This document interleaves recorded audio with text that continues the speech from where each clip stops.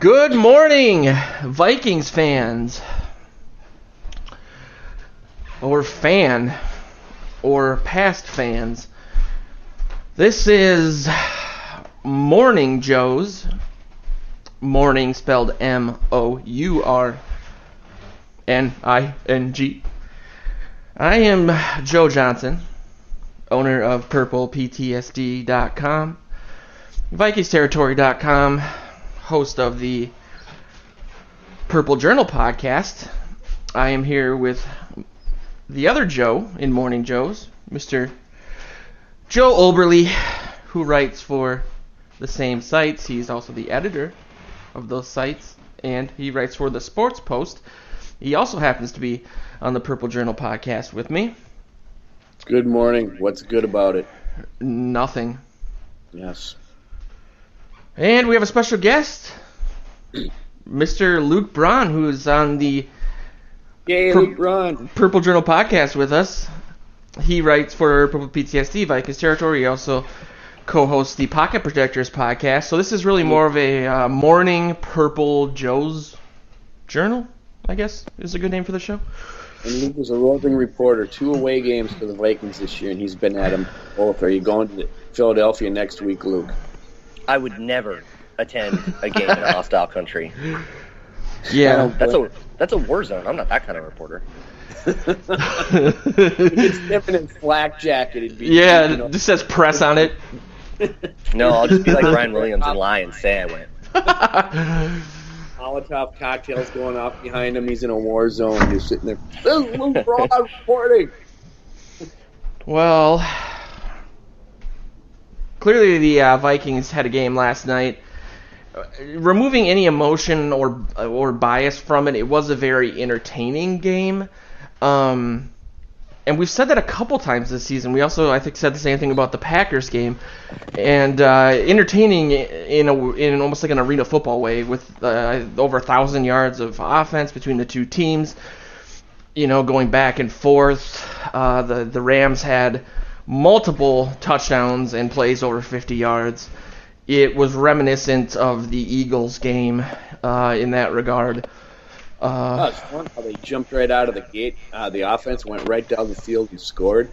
That was after the Bills game the previous week, where they scored 6 points, garbage points late in a game that was well over. This one, they put the foot to the pedal on offense, pedal to the metal, some cliche, and drove down there. And it was fun. It was just fun to watch Cousins perform in the manner that he can when he's given a little bit of time to throw the ball. So it was. I enjoyed the heck out of the game last night. Just that last series for the Vikings was, of course, deflating. But in the meantime, I'm fortified by the fact that the offense can score points.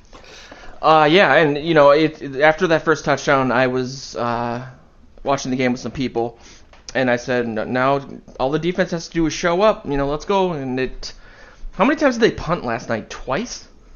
The Rams? I think they punted once in the first half, and they seemed to... I think 3. 3?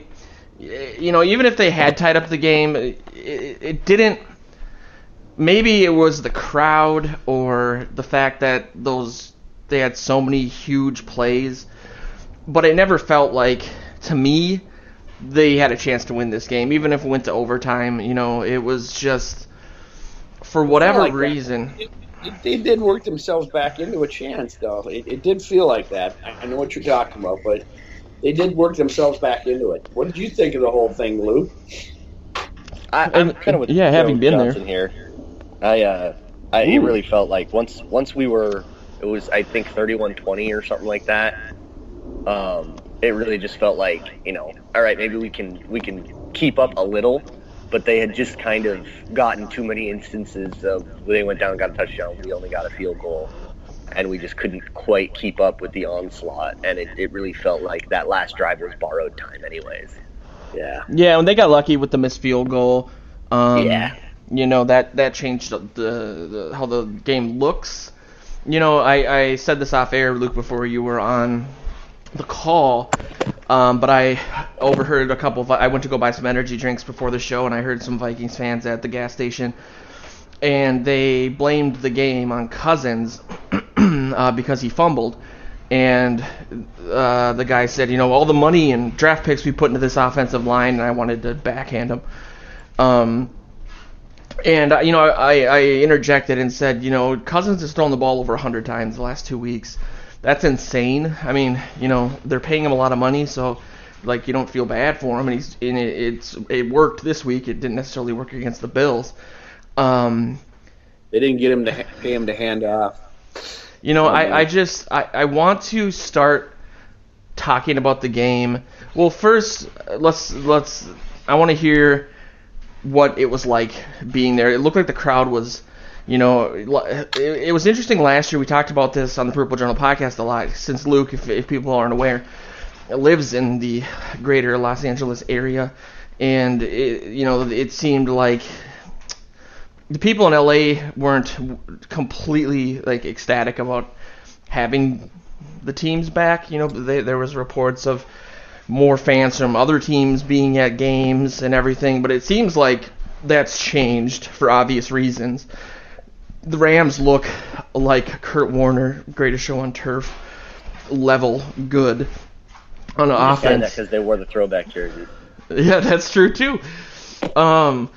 But the crowd was especially during that last drive, man, the crowd was insane. The Coliseum was rocking. I mean, where were you sitting? What was your experience like?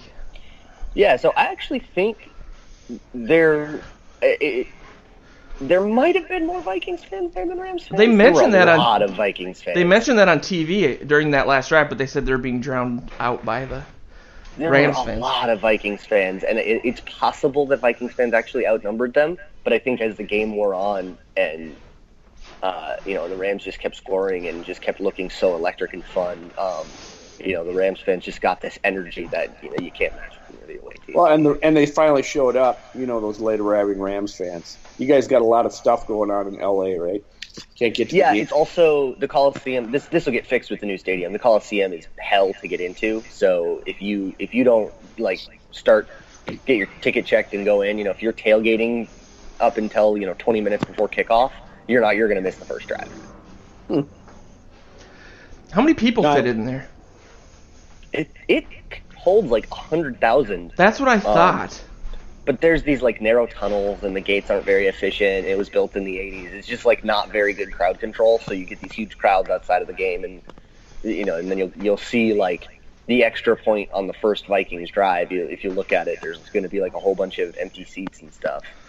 Yeah, there looked like empty seats from the cameras that it wasn't sold out, but I don't think they ever sell it out because it holds 100,000, and some of the seats are just not worth sitting in.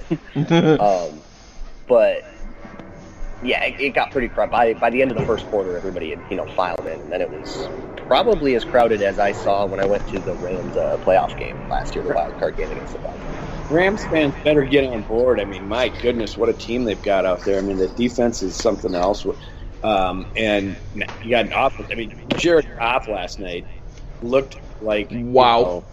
He looked like Aaron Rodgers or Brady in their prime. I mean, he was just picking the defense apart, doing whatever he wanted, dropping dimes in there just like Cousins was.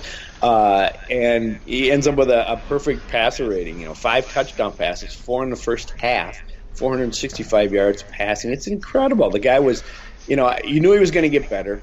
He had that first really bad season. He got a little better second season. He's got, as Zimmer said, he took another jump. And he looks in total command, at least he did last night against this moribund defense that the Vikings are throwing out there right now. But amazing. If I was a football fan of any fashion, I would be on board with this team because they're the team of the future, and the Chargers are just going to, I don't know what the Chargers are going to do. So, yeah. What do you guys think about? I mean, there's a lot to talk about here. Let's start out with the offense a little bit and talk about Cousins. He broke the record, Culpepper's 2004 record, which I think was the year. No, it was the year that he had 39 touchdowns. Randy Moss's last season. before the season started, I remember saying that, Cousins could have 5,000 yards with the weapons that the Vikings offense has. He was, 75 or so yards shy of that 2 years ago when he had better weapons in D.C.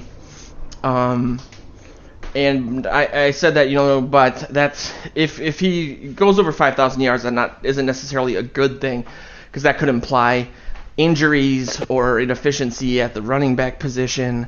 Do you guys know offhand how many handoffs they had last night? Because I don't, but I know they only had like 50 yards rushing. I mean, the game script kind of dictated that you had to and throw that's a whole bunch to stay ahead. And it was the same with the Bills game. So exactly. They had 13, 17 rushes. 4 of them were Cousins, who was the leading rusher, but they had 13 for 54 yards. It's just terrible. His 19-yard scamper was the longest of the season. Yeah, I know the Bills game, I think they said, was tied for a historic low in regards to having 6 handoffs. And same thing. They different in a way. They had to keep up last night against the Bills. They dug themselves into a hole. What are your guys' thoughts on that? Like the sustainability, what it means for the team, like I don't know what it means about. Can sustain and keep that up. There's no way they can just be this terrible at rushing the ball. But maybe I'm wrong. I think the last couple games have been a pretty good example of why you shouldn't use volume stats to determine whether or not a quarterback had a good game, because Cousins got 296 in the Bills game, and that game was over when he had 95 yards passing, so he just got 200 of total garbage. And then this one, I think his box score does reflect how well he played. He played excellently. I don't know, your guy at the gas station's insane. Yeah, thank you. It put me in a really bad mood, to be honest. I was fired up. Yeah, that guy's nuts. It's clearly not. I mean, the fumble was his fault. He should have stepped up into the pocket. He had for sure. The line gave him the room to step up, but the rest of the game, he was the only reason we were in it. Can I say really quickly I think, the way my brain works? The second that happened, I thought, man, damn it, Luke, you were right. That's the little devil on my shoulder. I'm like, you know what? He didn't sense the pressure. Well, he has horrible ball security issues, and he has his whole career. But they were talking about that last night on the broadcast. That Aikman said he should have stepped up there, and he has had a history of not doing that. He doesn't sense that pressure and float into the open space to free himself up another second to throw downfield, and that's how you get the ball stripped. A, if you're standing there, and B, if you don't sense pressure and buy yourself a little time, you're holding on to it longer, and that just gives that. It wasn't even Aaron Donald or Ndamukong Suh who stripped it. It was this other rookie that reached around and made a great play. So there's should yell at Sean McVay for not teaching him that. He obviously teaches Jared Goff better than he taught Kirk Cousins. Just kidding. Go ahead. Really quickly, too. Well, I was just going to say, if you want to answer this also, what I've also heard people, same conversation this morning, say that he has small hands, and that's why he fumbles. I'm like, Jesus. And so I Dante Culpepper flashback. I said I wrote that in an article. Culpepper in hands. Is that the problem? No, he has. If you want to talk about his ball security, if you take all of his the quarterback opportunities to fumble, which is pretty much every time they get tackled, so a sack or a scramble, and then just see how many times they fumble per time they have an opportunity to fumble, Cousins is bottom 5, and he has been over the last 5 years. He's just bad. It's just not a thing that he's good at. But for the run game, I think it's really funny that people are like, we have to run more, and that's why and that's why the team isn't doing well. That's hilarious. They passed 50 times and racked up 450 yards of offense. We don't want this? The offense was excellent. And I think there's a misnomer too of or a misconception of if you run more, it gives the defense more rest. That runs more game clock, but it doesn't make the make it like physically less time before the defense comes out there. That's a Madden thought. That's not how, like, real life. It doesn't. If you throw an incomplete pass and the clock stops, you still get 40 seconds of play clock. That is so true, man. That's the defense is still sitting there, catching their breath and resting. So you need to convert first downs and have the big drives, of which we did. We had a lot of like big, long 8-9 play drives. They started the game like I think 5 or 6 for 6 on. They were picking up third downs like crazy. The first drive was the longest drive time-wise in Vikings history. No, of the season. Okay. Sorry. Of the 7, Jesus. 7 minutes and 3 seconds. It was the longest one. My bad. Go ahead. Yeah, and I believe we won handily time of possession. Part of that is because they had a bunch of like 3-play, they just like scooted down and scored. But yeah, running the ball would not give the defense more rest because that's just not how time works. And also, I would gladly pass 50 times every game if it means that we can rack up 31 points every game. That seems amazing. Yes, pass to Diggs and Thielen all game. What? Yes, that's the plan. Yeah, and a little bit Aldrick Robinson. And Aldrick Robinson, yeah, breakout star. Yeah, that was awesome to see. Can I talk about that second touchdown? Something we saw from the stands. Yeah. That second one in the back of the end zone, because he was not the first read on that play.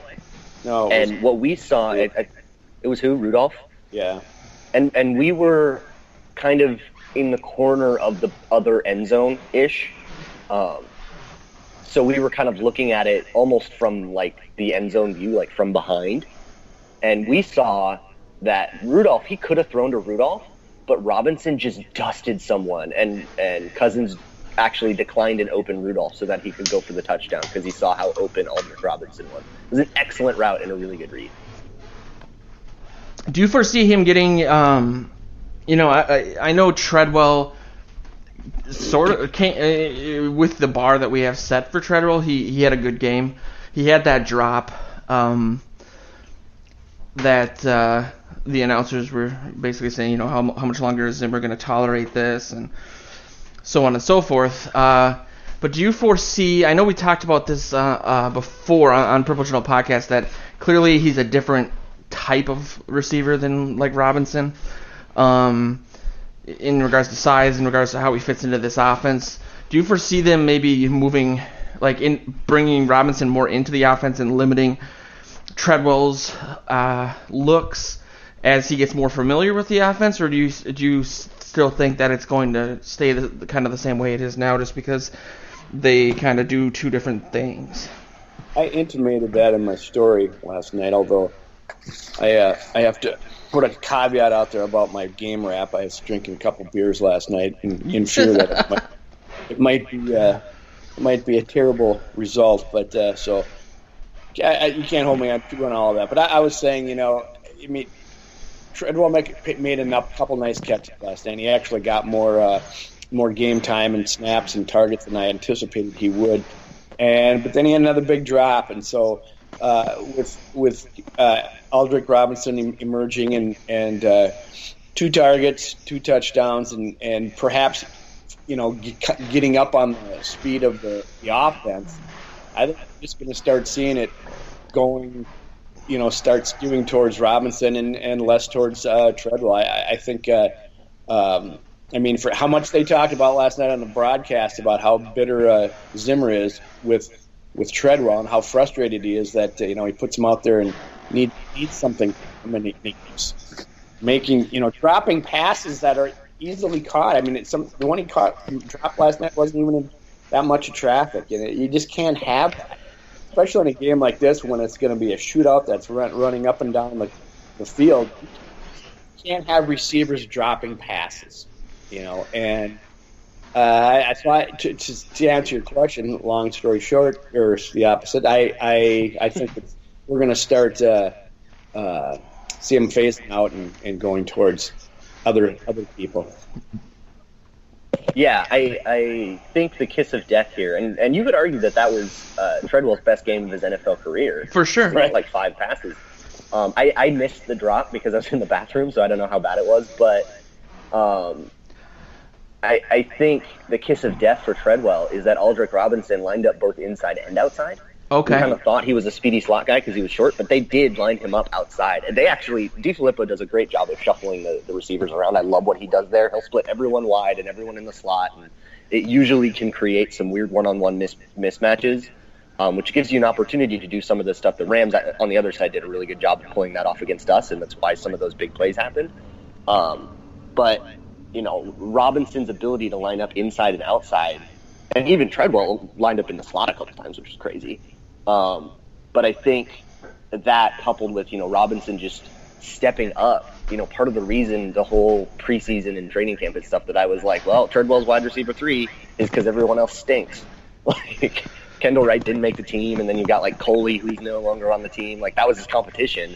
And now somebody like Aldrick Robinson actually steps up and, has a big game. I think that plus his versatility is a bit of a kiss of death for Treadwell's role. I do think it's going to decline. That's good. Hear that segue, Joe? He said bad mismatches or something like that. Boy, did we see that last time. Yeah. I wanted to just tie a bow on the Cousins thing real quick. I mean, in regards to fumbles, do you think Luke, being the guy that, you and I had a pretty feisty debate, feisty on my end at least, about Cousins and his some of the pressure stuff, the pocket presence. Do you think he can, at this point in his career, fix that? I know. Okay. At this point in your career, you pretty much are who you are. Yeah. And I think that's with the way Cousins is playing right now. I think we can accept those flaws because he has made so many big time plays. But we also know that these kinds of things sunk Washington sometimes too when it was him. And we're just going to have to kind of grapple with that and try to overcome it. I don't think that's something that he's just going to suddenly fix. It's hard to teach an old dog a new trick. It's kind of interesting just to compare him to Goff last night. Goff looked like he had command. He looked calm at times. He looked, surveying the field when they isolate him on camera. And you compare that with Cousins, who looked like a nervous cat on a hot tin roof. I've said that before this season. He's just trying to get the ball out quick. He's going through his reads. He looks a little more frenetic than a third-year guy like Goff does, and it has all to do with maybe that's part of his makeup, but it's also he knows how rotten this offensive line is, and he's racing through his progressions just to get that ball because he knows if he can't sense the pocket pressure, he know there's a clock ticking in his head, so he knows he's got to get the ball out there somehow, some way. Before they descend upon him and cause him to fumble or sack him. So it's bad experience that he looks that, nervous to me anyway, or frenetic that he should. You want him to be like Aaron Rodgers, just sits back and he just looks. The game has slows down so much for him. He knows what he's going to do. Blah blah blah. Goff was starting to look like that last night, and our $84 million quarterback is still not. That's interesting. Full disclosure, I was over at the liquor store last night, and they have a 64-inch TV next to the register. So I was watching the game, but there's other things going on. They had a big tasting. I was trying to get stuff out on social media, so on and so forth. So I didn't pick up on that. And I wonder if that's just, like you said, his personality. Maybe he's a little more high-strung. Maybe he's Joe Johnson-esque in that regard, since I'm nervously pacing while I'm talking to you guys right now. But, yeah. Before we get into the defense, too, though, I wanted to just touch on the offensive line a little bit. Elflein is back. They seem to be protecting him pretty well. I don't know offhand how many sacks they had. They had a couple devastating ones. They had 4 in the game, but 2 in the last series there that hurt them. And that's the same as the Bills Aaron game. Donald? Yeah. I'm sorry. What'd you say? I think 3 of the sacks were Aaron Donald. Yeah, I think 2 of them. Two of them for sure. He's a beast. I will say, both cousins. Latavius Murray and Delvin Cook both had a couple nice blitz pickups that were, I thought, huge. Mm-hmm. But and I think I cut you off before you asked the question, Joe. But I thought the elf line being in there was helpful, and for the most part, early in the game, they protected him well. But at the time when you really needed them to, they didn't. And there was problems, and Rashad Hill got beat so bad one time for one of those sacks I couldn't by Ndamukong Suh, I think, and they even said on TV. Oh no, I heard that on the radio driving home, and PA said he's not known as a pass rusher. He's not super fast, so the fact that he from what I heard, he slapped Hill's hands away and then just basically walked right around. Yeah. He did. It was incredible. It's like, man, I could have fell in front of him and slowed him down more just myself, but I'd be dead. But other than that, I think we're burying the lead here. The lead of the offensive line is that Tom Compton had earned himself a starting job over the last 3 weeks over Brett Jones, who they traded specifically to replace him. I was going to ask that. He got beat up by Aaron Donald, but he's still... I think he might have been up until this game, and I don't know. I'd have to watch it to see who it is now. But I think up until this game, he might have been the best player on the offensive line. But he gave up one before the Rams game, yeah. Then he gave up 2 Donald sacks. Yeah, exactly. Which you can understand. Mm-hmm. And that's what I've heard people calling this morning for Brett Jones to be in there for last night for Compton, because all of a sudden you get a big. Your numbers flashed across the screen watching something happen that you were supposed to take care of, and everybody's going to clue in on that. So you're saying, Luke, he's done well up until this game? Is that what you're? He had, and I think that's why he started and Brett Jones didn't, because Brett Jones had been so bad in the run.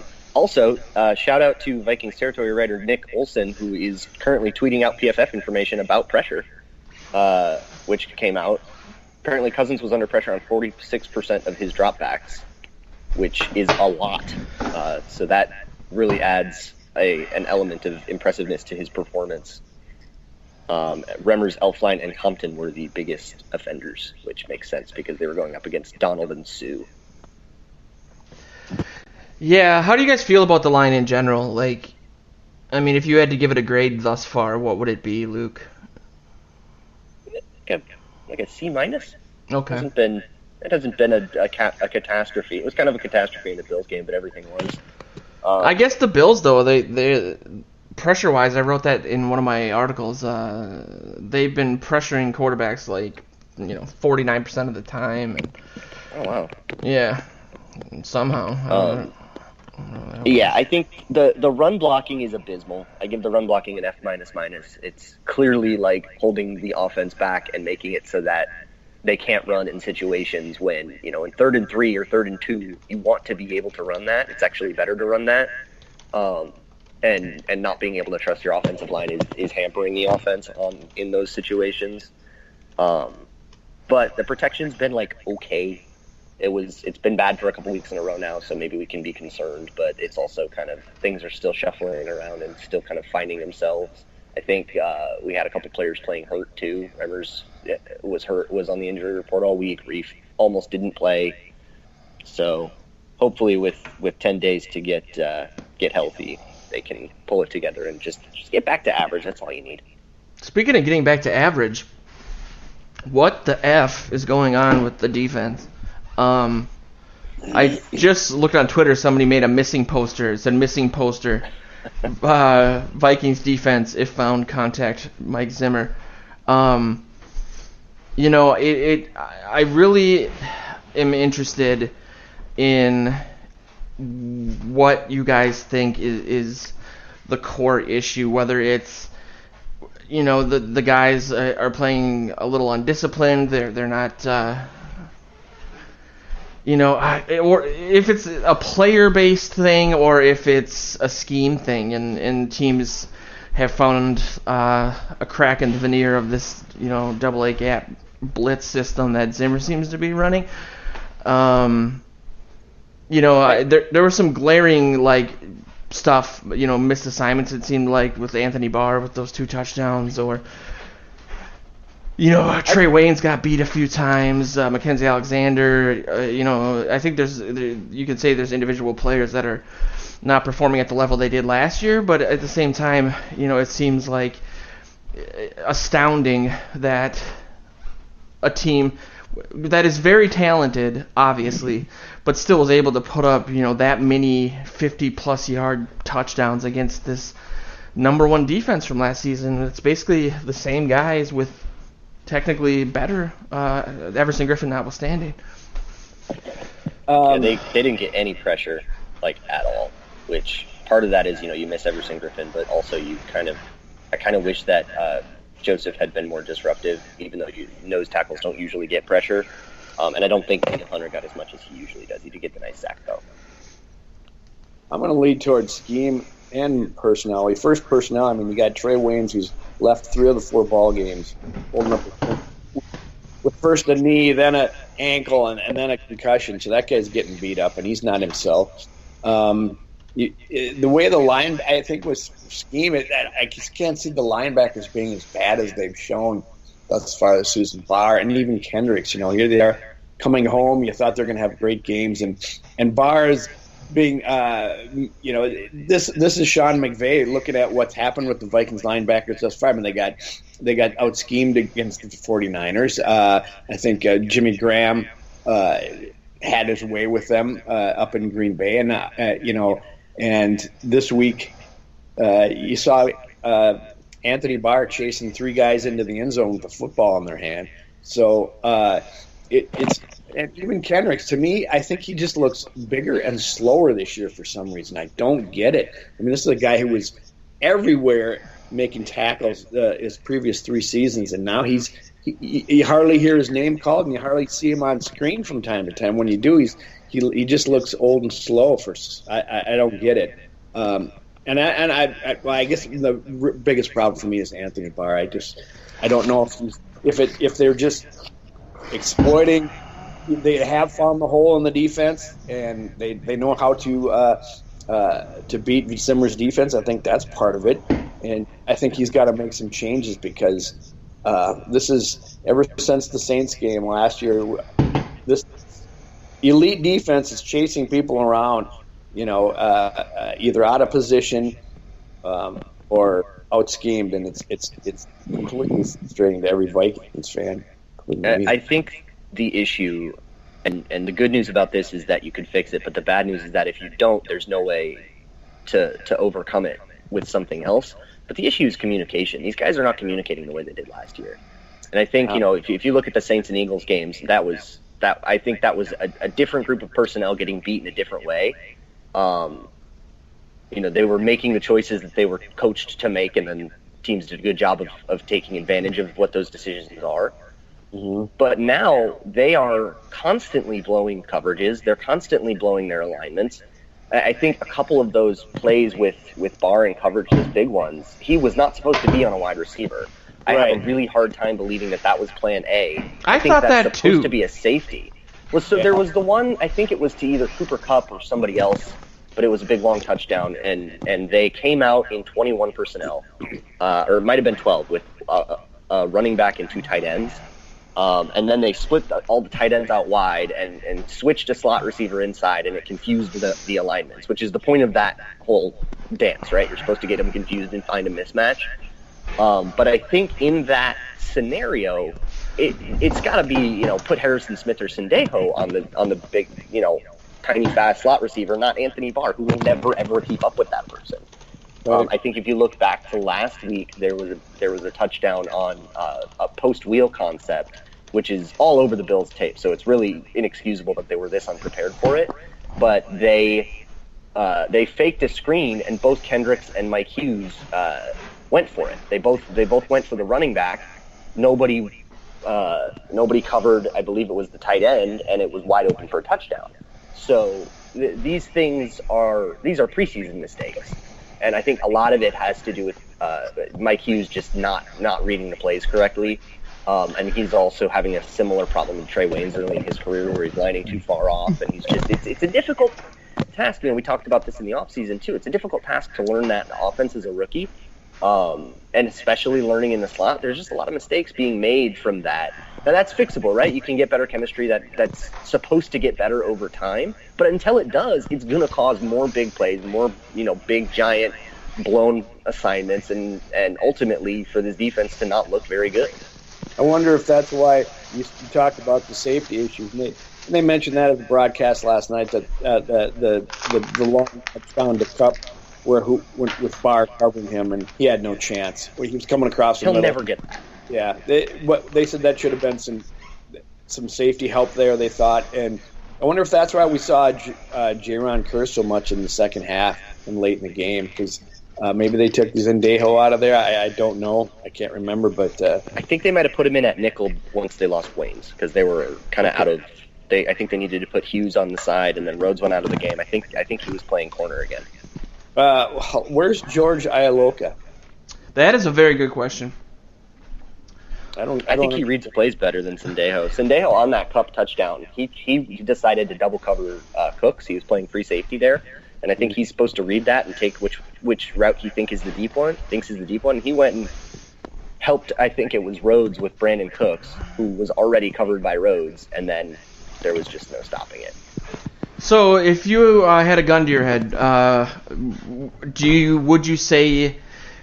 What is your confidence level that they can fix this? I feel like personally for whatever reason, the year after the Vikings blow an NFC Championship game, things go to shit.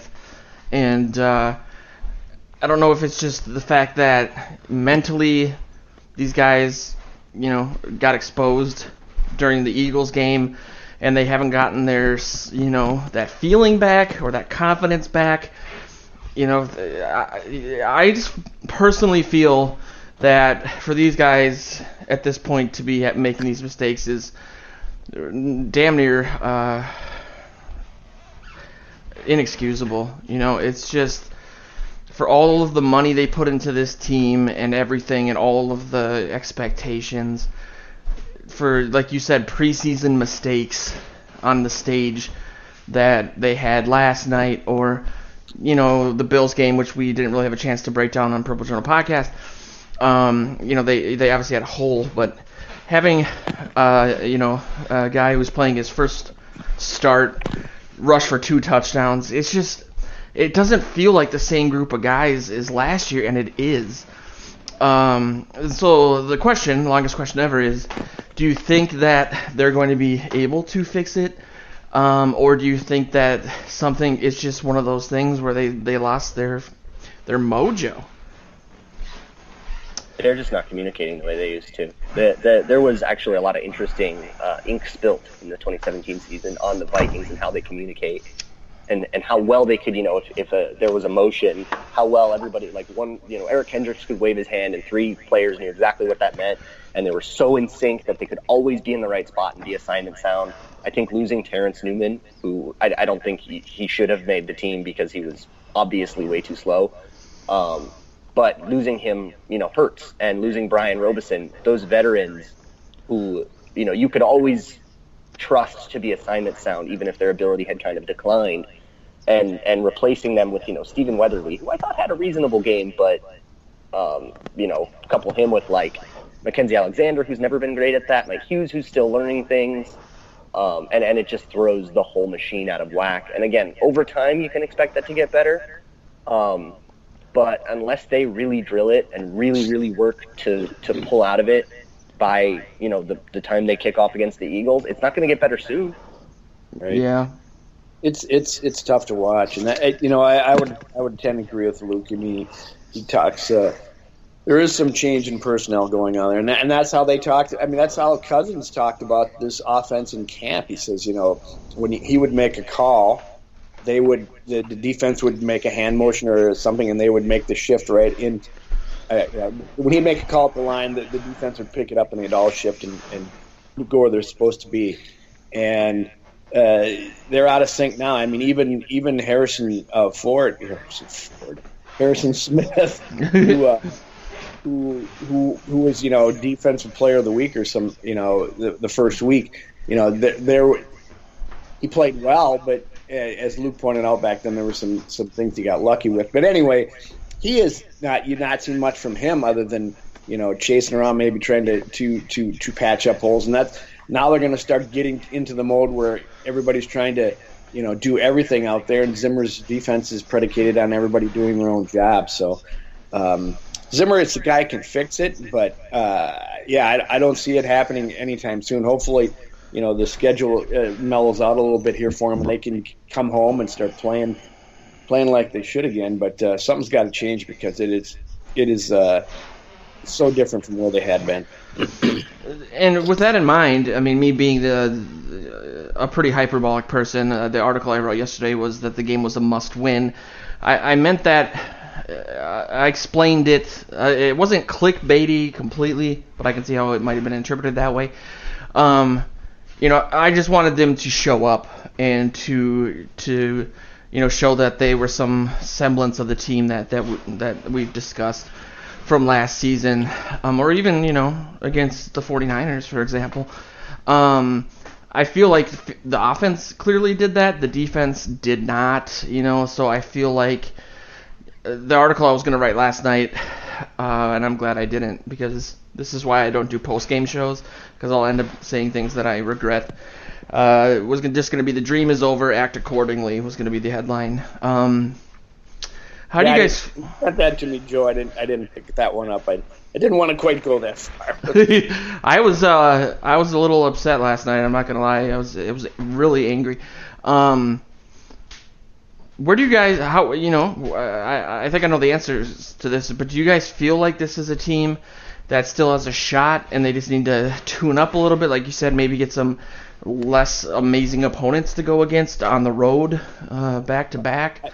Or do you, I think they do, Joe. I believe they've got their kicking game a little better than it was. I think that the offense, take away the Bills game, I think the offense is, when we get an offensive line in there that they can count on for being there week to week, which it never can, it's going great guns. It puts up points and yards, and so that's positive. I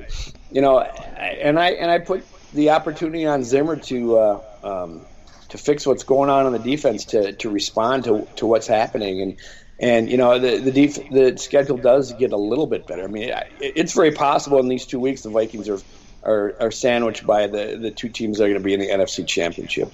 But I think the NFC North is definitely up for grabs. The Packers aren't the Packers with a hobbled Rodgers, and the Bears.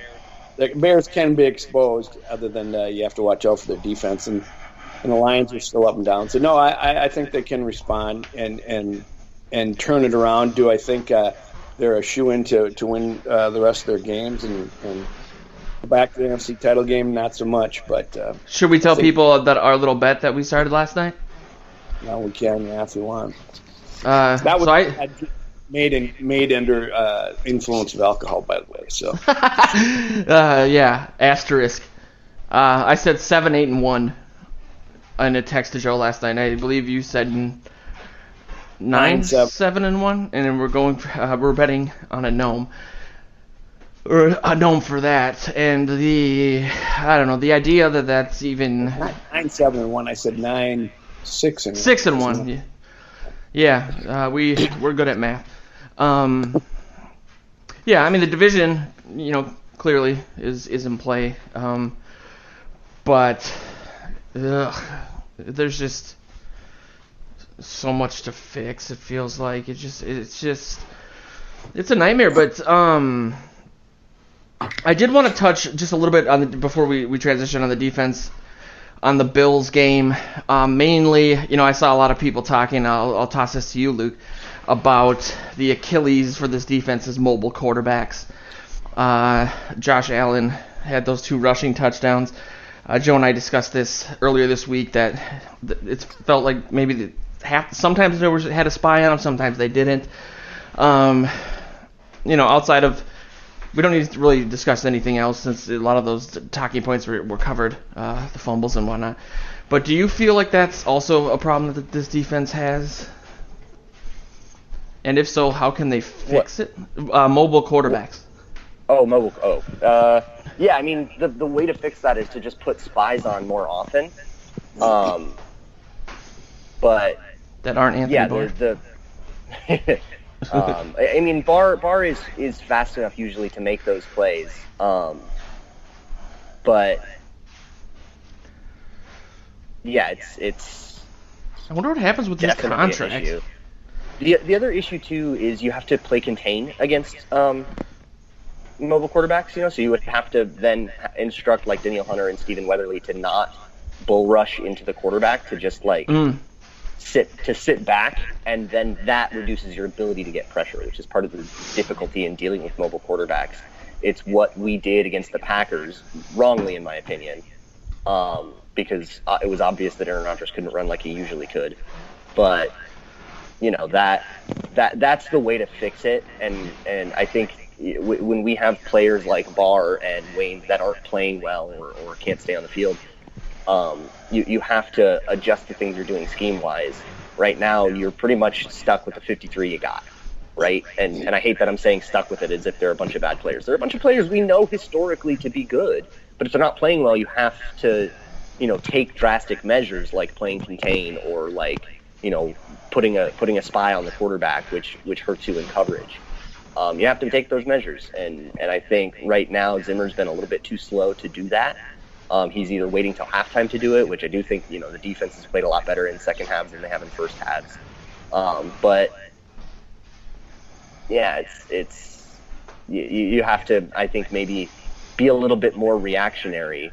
Where right now Zimmer's kind of been, okay, let's let it play out. Let's see if they can fix it first, and the answer's been no too many times. One positive was Bailey, I guess. I missed one of his field goals. I know the first one went off the upright. It didn't seem like he had they didn't seem to be like he got his, not that he didn't get his full leg into it, but it seemed like the balls were, it's hard for me to explain this, but that he's not rusty, but that the balls weren't getting as much air, or the ball just looked heavy off of his foot, I guess. I know he shook his head after that first make, but like you said earlier, Joe, that's something that at least was good last night. He got better as the game went on. The first kick was just extra point was just inside the right upright. The second one bounced off the upright and went in, and then the third one was just left of center down the middle. So he started to improve as the game went on, and you started feeling some confidence when he was out there. So the fact that he got better rather than worse as the night went on was a good sign. And yeah, there could have been a little rust there. And he's got a new team he's working with.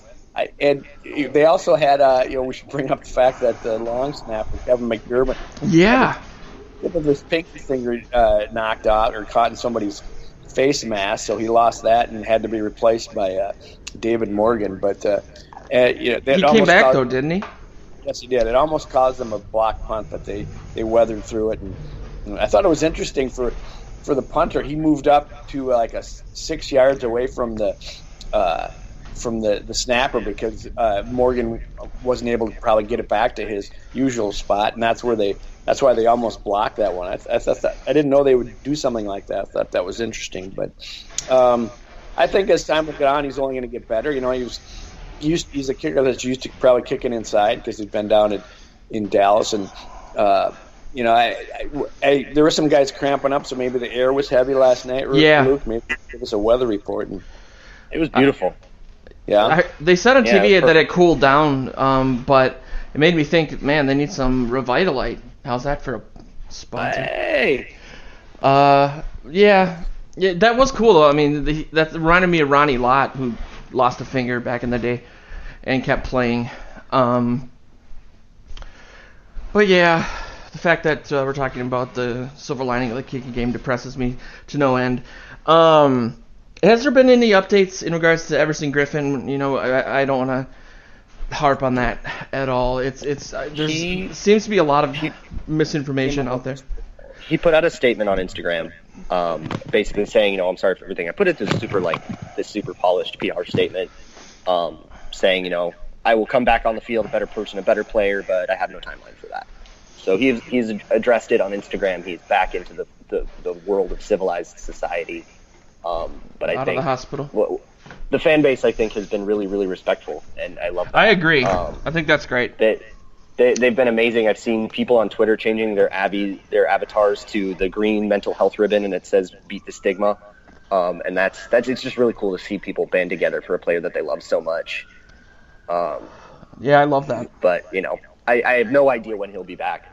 It's super not outside of the realm of possibility that he sits out the rest of the season, in my opinion. Wow. Yeah, that's really too bad.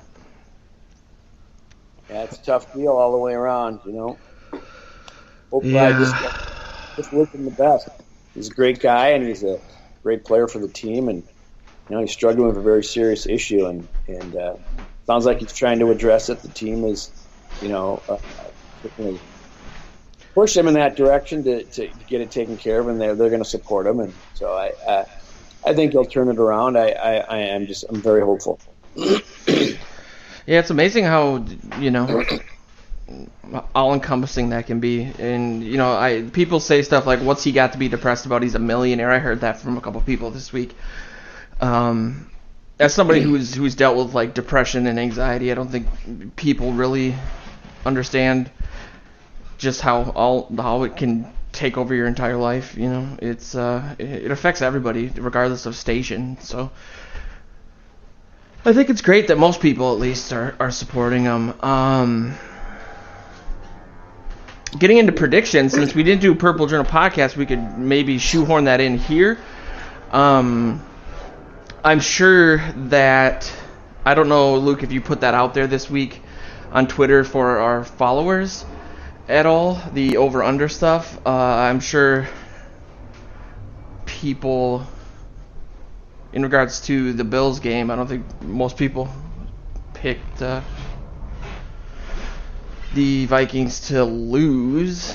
I forget where we were at. Joe, me and Joe against one another. I can't remember where. God, that's 2 games ago. That's how my brain is. I know. I'm struggling to even think. I'm like, what's going on? We'll have to. I do not have any of this updated, and we should probably just use this as a very clumsy tease. And you should all go listen to the Purple Journal this week where we catch up. Yeah, I love that. But I know we got like 60 entries to the over-under competition for the Bills game, and I think like 3 people picked the Bills. So those people must be very excited. Yeah, that's good for you guys, or actually, no, bad for you. And again, that's really, really, really awesome that people are listening and participating and sharing that.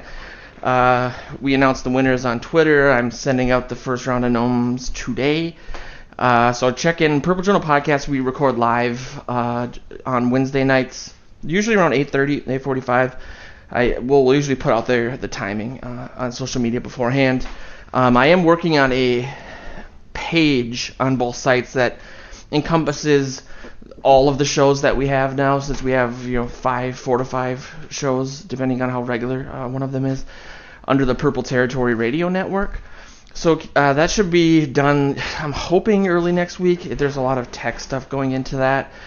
But I just wanted to thank everybody that's been supporting our shows, that's been supporting Morning Joes and Purple Journal Podcast. Those are our 2 biggest shows, and that us 3 have been doing this for a really long time. I actually listened to a show from 2 years ago of us, and it was just like, I got all misty-eyed. I'm like, look how far we've come.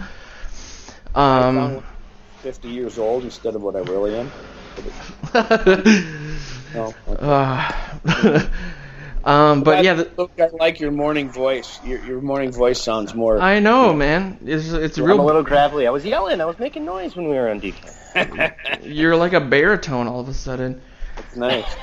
Got like 50% manlier. But yeah, just keep an eye out for that. Follow us on social media. Keep supporting the show. It really means a lot to us. Support our sponsors, Revitalite, Pro Football Focus. We have, if you want to look for tickets, we have Ticket Club and Ticket IQ. All that is on the site. But this has been the morning Purple Joe's Journal. We'll be back next Tuesday and next Wednesday night. But thanks for listening. Thanks for hanging in there. And Skol, I guess.